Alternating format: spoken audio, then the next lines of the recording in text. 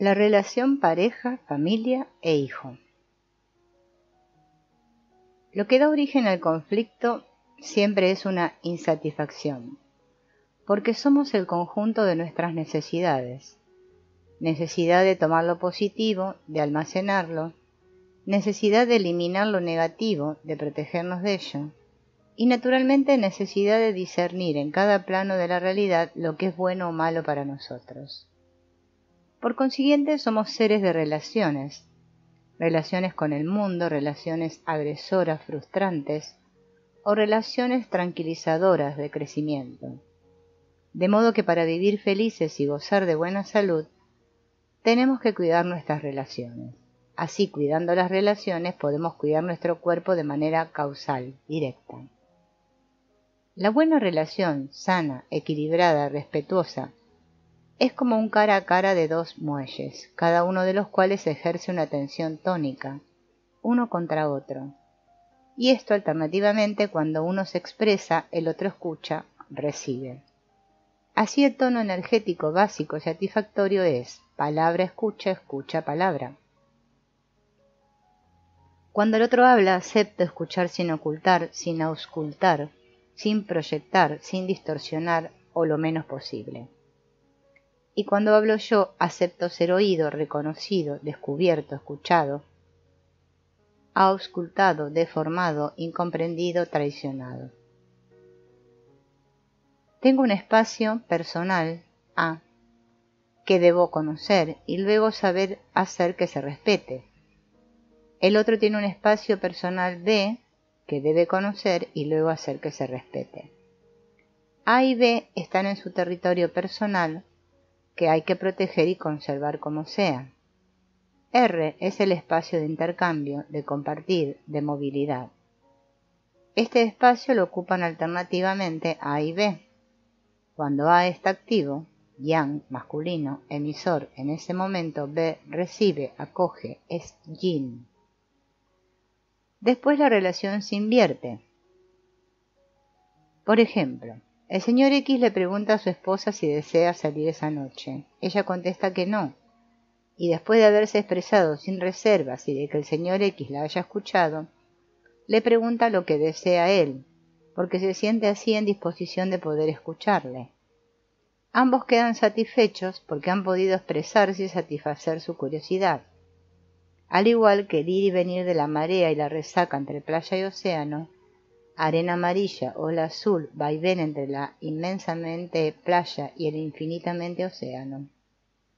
Nada en ese espacio salvo las caricias cantarinas y perfumadas de yodo, para decirse y escucharse a través de las veladuras salinas y la madera de aluvión.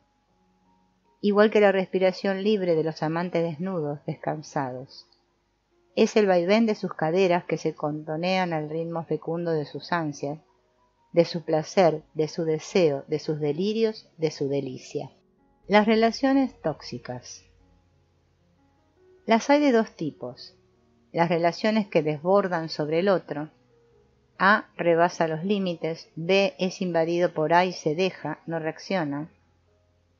Por ejemplo, el señor I le regala a su esposo un coche azul por su cumpleaños. A ella no le gusta, pero no se atreve a decir nada por no hacerle daño, y además lo hace por complacerme, cree.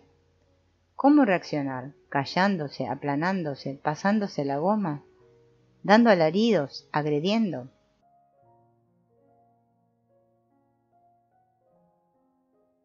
Ser cualquiera de esas dos cosas es darle cierto poder al otro.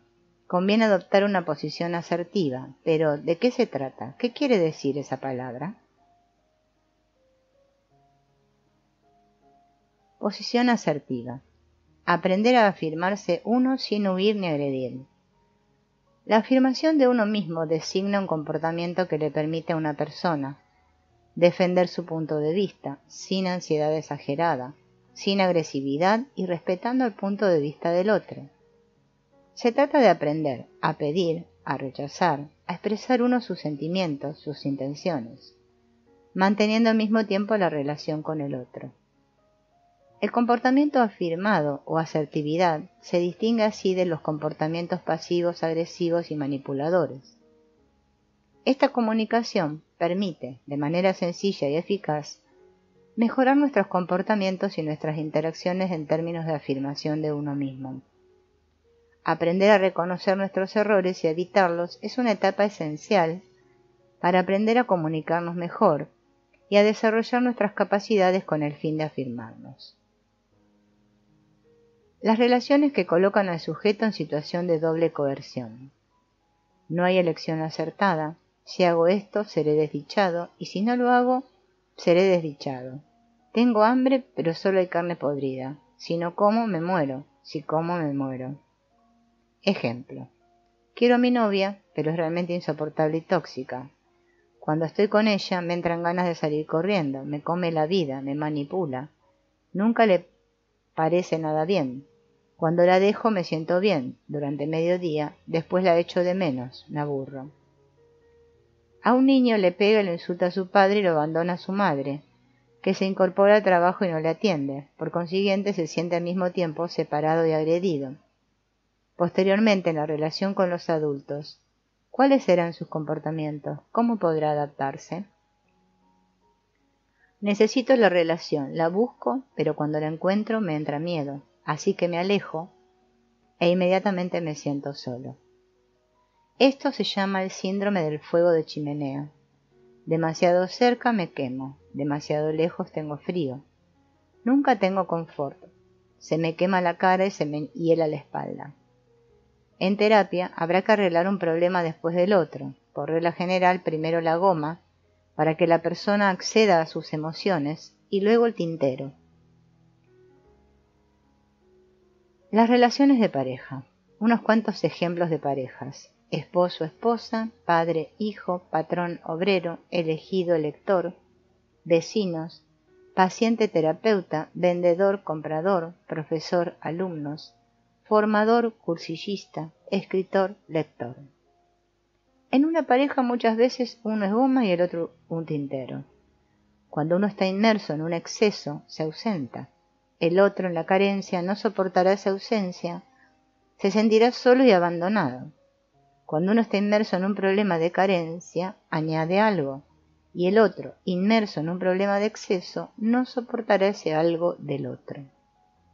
Por ejemplo, el señor y la señora X están enzarzados en conflicto. El señor está en actitud goma, la señora en tintero. La señora grita, gesticula, hace aspavientos y el señor se siente agredido. Por consiguiente se borra, se calla, se mete en su cueva, lo cual coloca a la señora tintero en su conflicto de separación. La falta de reacción de su marido le hace sentirse sola, incomprendida, con lo cual reacciona haciendo aún más ruido, lo cual provoca aún más resentires de agresión en su marido y por consiguiente éste se encierra más. Esto puede durar así muchísimo tiempo, hasta el divorcio, de hecho, a menos que el hombre se exprese, por poquito que sea. Eso le permitirá a su mujer tintero salir del estrés, o a menos que sea ella la que se calme, eso le permitirá a su marido sentirse menos agredido y empezar a expresarse. Así van nuestras relaciones de pareja, con esa mecánica invisible e inconsciente que nos manipula. Creemos que elegimos, pero ¿cuándo vamos a elegir creer que no elegimos nada, excepto creer? La transferencia. Y, sabiendo que muchas veces interpretamos un personaje de la esfera inconsciente del otro, un papel que nos atribuye él, entonces, ¿cuándo entablamos realmente una relación? Porque cuando dos personas se encuentran cada una con sus heridas, su historia, sus esperas. El inconsciente del otro nos utiliza, interpretamos un personaje de la esfera inconsciente del otro. Tú te vas a convertir en su amable papá, en su malvada madre, en el maestro sádico, en el hermano mayor. Cuando nos acercamos a alguien, ¿qué papel nos hace interpretar esa persona? Y no solo en terapia, sino también en el trabajo, entre amigos, en nuestra pareja. No nos casamos solo con una persona, sino que entramos en relación con toda una familia invisible y activa que está en el inconsciente del otro. En claro, cuando te casas, contraes matrimonio con toda la familia política. 4 estructuras de parejas. Existen 4 estructuras de parejas, sea cual sea la composición: madre-hijo, marido-mujer, padre-hija, patrón-obrero, etc. Las 2 grandes estructuras generales son la estructura por diferencia y la estructura por semejanza. Podemos matizar estas estructuras en complementaria y anclada en la destrucción. Por consiguiente, encontramos parejas diferentes y complementarias, diferentes y destructoras, semejantes y complementarias, semejantes y destructoras. 1. Diferentes y complementarias. Una goma y un tintero. Un hombre y una mujer que se conocen a la edad de 20-25 años, se escogen a menudo por diferencia y por complementariedad. Una cigarra se casa con una hormiga, una goma se casa con un tintero. Congeniamos en nuestra diferencia, en lo que nos falta. Alguien que es desordenado se casa con alguien que es ordenado. Un hijo único o huérfano se casa con una mujer procedente de una familia numerosa, por ejemplo. Una hormiga trabaja durante toda su vida. Esto es un poco tristón. Trabaja y cuando ha terminado de trabajar, sigue trabajando. Falta un poco de color. Pero una vida únicamente de cigarra no dura mucho, apenas una estación. No hay provisiones para el invierno. No hay nada para la supervivencia. Una vida común puede ser totalmente complementaria, como el final feliz de la fábula recreada por Walt Disney, en relación con la de Jean de La Fontaine. En el dibujo animado, la cigarra hace fiestas, da vidilla al hormiguero y la hormiga mantiene la cigarra. Lo constructivo será lo complementario. El tejano disfruta el ordenador del neoyorquino que se come los entrecots procedentes de Texas. 2. Diferentes y destructoras. Una goma y un tintero. Una complementariedad destructora quiere decir que la goma y el tintero, la cigarra y la hormiga, no se soportan y se reprochan mil y unas cosas, se destruyen. Eres el desorden con patas, y tú eres un muermo. O también, me aburro contigo. O, tú siempre ves lo que falta, y tú siempre te pasas 3 pueblos. Cada uno verá la diferencia en el otro y se la reprochará. La goma le dirá al tintero que se fija en los detalles, que imagina, que exagera, y el tintero le dirá a la goma, tú nunca te das cuenta de nada. Todo tiene que estar bien, estás instalado en la negación. Es la incomprensión mutua debida a su diferencia de estructura. El agredido se borra desde el principio de la discusión. El separado quiere hablar, quiere la fusión y se lo dice al agredido. Que se sienta aún más agredido, el separado va a más y la presión sube. Cuando él o la separado T está en situación de estrés, añade, imagina, habla. El agredido G entrará en estrés. Hombre o mujer se calla, se mete en su concha, en su caverna, se borra. Conclusión. Cuando hay estrés, los elementos de la pareja se echan el candado mutuamente mediante la acción recíproca de uno y otro. Son diferencias destructoras. También se da esto entre los pueblos. 3. Semejantes y complementarios. Una goma con una goma o un tintero con un tintero. Esta pareja está instalada en la semejanza, el parecido. Se da el caso muchas veces cuando un hombre y una mujer se juntan en la edad madura, con 40, 50 años por ejemplo. Para entonces han vivido mucho y se buscan por puntos en común. Igualmente se aprecia esto cuando la gente trabaja junta en una empresa. Se juntan por afinidades. Son compañeros, crearán un equipo, un movimiento, un proyecto. Tienen en común el picar alto, el ser empollones, el tener tal valor, tal principio. Se reúnen por complementariedad. O eres consciente de los puntos comunes, o eres consciente de las diferencias. 4. Semejantes y destructores. Una goma con una goma o un tintero con un tintero. La verdad, no me soporto. El otro expresa uno de mis aspectos que no quiero admitir. Y rechazo al otro hasta el día en el que por fin he aprendido a aceptarme. Algunos comportamientos posibles en caso de estrés. 1. Pareja goma-goma. Los dos agredidos se autoborrarán y se interborrarán rápidamente. Ya no existe ni importa nada más. La comunicación se ha roto. La relación se pone inmediatamente en tela de juicio. Cada uno se pone de morros en su rincón, metido a presión en su concha. 2. Pareja tintero-tintero. A ver quién monta más bronca. El separado, identificado con la relación, se encuentra solo frente a sí mismo y al otro. Así que rellena, grita, gesticula. Conclusión. En una pareja, tanto la apertura como el cierre con candado de uno lo realiza el otro. Los 3 tiempos. 1. Al principio de la vida amorosa, la relación es diferencia, complementariedad. 2. Si la pareja perdura y se prolonga en el tiempo, es que se ha convertido en diferencia, construcción. 3. Para después evolucionar hacia semejanza, construcción. Si no, es semejanza, destrucción. Estos 3 tiempos nos pueden ser útiles para conocer el funcionamiento de nuestra pareja, cambiar su estructura y decir, tenemos cosas que aportarnos mutuamente, así que vamos al descubrimiento del otro. Distinción entre lo masculino y lo femenino. Lo femenino parece más orientado hacia la calidad. La mujer tiene un número limitado de óvulos, en cierto modo no los puede desperdiciar, de modo que se pondrá a buscar un macho, algo masculino que tenga cualidades tales como la fuerza, el valor, el trabajo, los músculos. Del mismo modo, cuando escoja casa, coche o lo que sea, escogerá en función de criterios de calidad, y cuando entre amigas se sincere, hablará de su hombre explayándose sobre múltiples cualidades.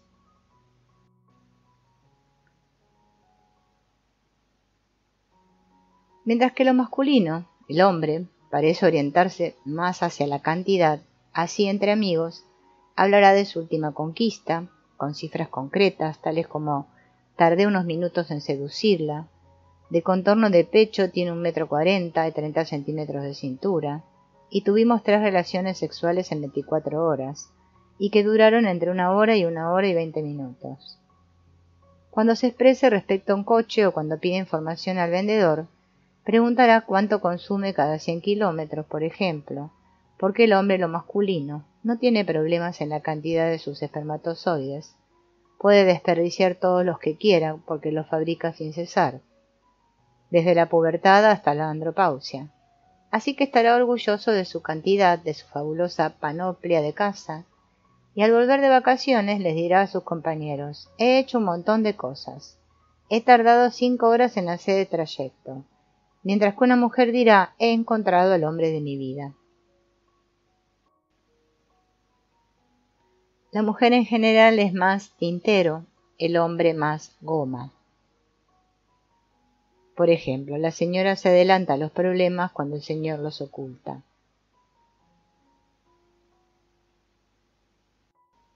El niño, la niña.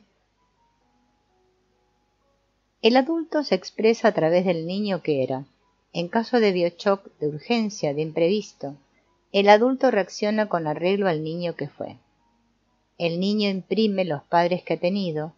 El niño se muestra como el inconsciente de los padres, como un órgano exterior parental, que resuelve los conflictos de estos respondiendo a sus necesidades. El niño se construye a partir del funcionamiento de la pareja de sus padres, de la relación de estos y también de su falta de relación, y del modo de relación que tuvo con cada uno de sus padres.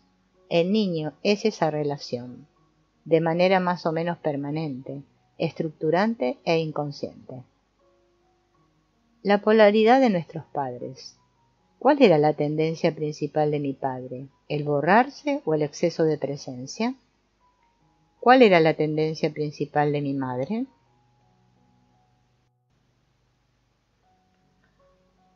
Ejemplo, primera generación. Un padre agrede a su hijo, el hijo se borra. Segunda generación. Ese niño ya adulto se casa y tiene hijos, pero se expresa muy poco.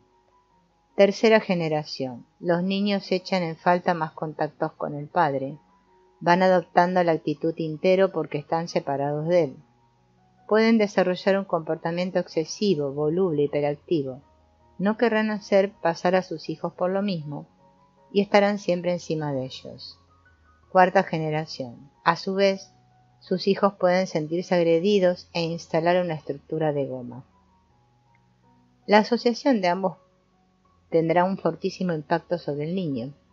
Un padre tintero puede agredir involuntariamente al niño, en el cual, consiguientemente, por adaptación, se borra y desaparece. A un padre que se borra, el entorno lo percibe como ausente. El niño lo puede echar en falta y, consiguientemente, puede rellenar, es decir, expresarse constantemente, queriendo atraer la atención porque no soporta el vacío. Así, a menudo se van alternando las estructuras de generación en generación. Les damos a los demás lo que nos habría gustado recibir nosotros. Protegemos al otro de lo que hemos padecido. El otro puede ser una muñeca, una mascota o un hijo.